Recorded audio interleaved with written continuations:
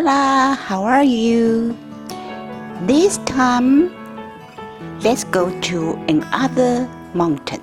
Not Alisan Mountain, but it's still high mountain.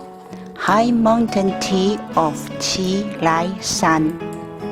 Chi Lai San is in Central Mountains Range of Taiwan. It's a little east side and is same high mountain. It's a younger tea plantation than Alisan. Younger tea plantation. So the tea leaves, look, mira, it's very big bowl. And those tea supposed from Huo Chu Hong, Mr. Jack Zhu. Thank you so much, dear Jack. Now let's continue. Let's see, is the high mountain tea, so we can see the tea soup.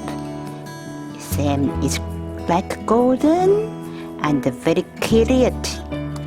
So it's my memory of Alisan. This is young tea plantation.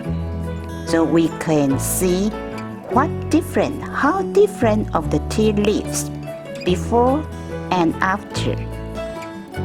Those tea from Chi Lai San, the rolling is very important for the tea.